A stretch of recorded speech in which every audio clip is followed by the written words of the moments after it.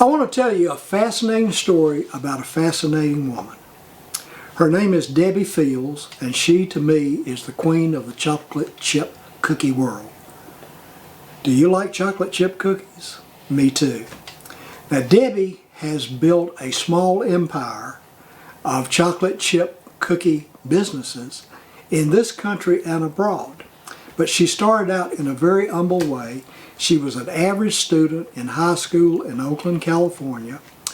But her life changed one day in Denver, Colorado, where she was waiting for an airplane ride home from a ski vacation back to California. And she was on the phone telling her mother what time she expected to arrive at the airport. This young man came up and tapped on the window. She said, she waved him away. When she got she left the phone booth, this will tell you how long ago it was. She didn't have a cell phone. There weren't any then. He said he just wanted to talk to her. He looked at her and saw a very attractive young woman. She looked at him and saw, kind of a nerdy guy. Turned out, though, that he was a brilliant economist who had been written about in Time magazine and whose papers had been published in scholarly journals. He talked her into giving him her telephone number.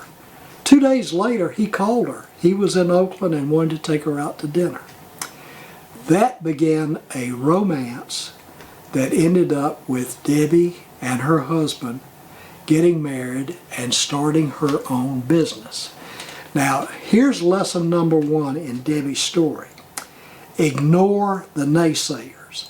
They will try to tell you that your dream, your plan, your idea won't work. Believe me, they will. You probably already encountered that kind of thing in whatever you're doing now. That was what happened to Debbie. Her family, her friends, even her husband told her that selling cookies in a mall was not going to work. Debbie ignored them. Debbie believed so much in her heart of hearts that she could succeed with her chocolate chip cookies that she finally convinced her husband to go to the bank with her and apply for the loan that they would need to buy the commercial equipment and rent space for her to sell her cookies. They were turned down by several banks. A friendly banker at Bank of America, recognizing who her husband was, decided that even if the business failed, he could pay off the loan. So he loaned them $10,000 to get started. They bought the equipment that they needed, they rented the space, and Debbie was in business. But guess what? Here's the second thing that you need to learn. No one came in to buy cookies. Debbie stood there, almost in tears, for 3 hours, waiting for her first customer.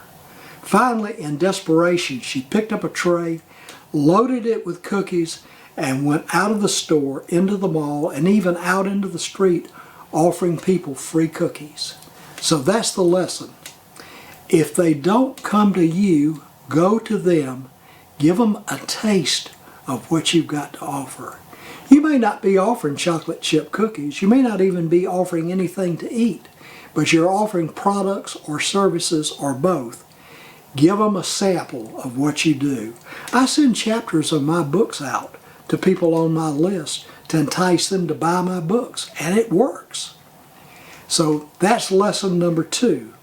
Lesson number 3 is never compromise with quality. Good enough isn't good enough. One of Debbie's vendors offered her a mixture of butter and margarine that would lower her cost of ingredients. Debbie tried baking cookies with it. She didn't think the taste was near as good as cookies made with 100% butter, so she refused to buy it. It cut her profit margins substantially to use real butter, but she wanted to protect the quality of what she offered her customers. After she had several stores going, and this was of course before she became the international cookie queen, but after she had several stores going, she would go around to her stores and check on her managers. She walked in one day and some over-baked cookies, actually burned cookies, were being offered to her customers. She stopped the manager. There was a line of people waiting for cookies. She said, "We are not going to sell substandard cookies to our customers. Put a new batch in. They can wait if they like, but we're going to make sure that they get cookies that taste good."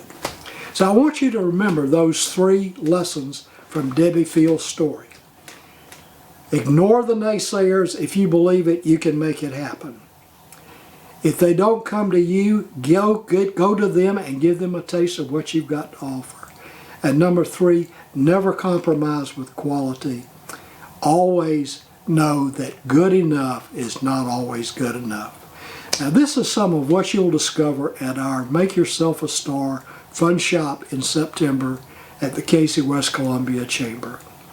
For an application, please go to jerrybellune.com and it'll tell you exactly how you can reserve a seat at the Fun Shop for yourself. Hope to see you then.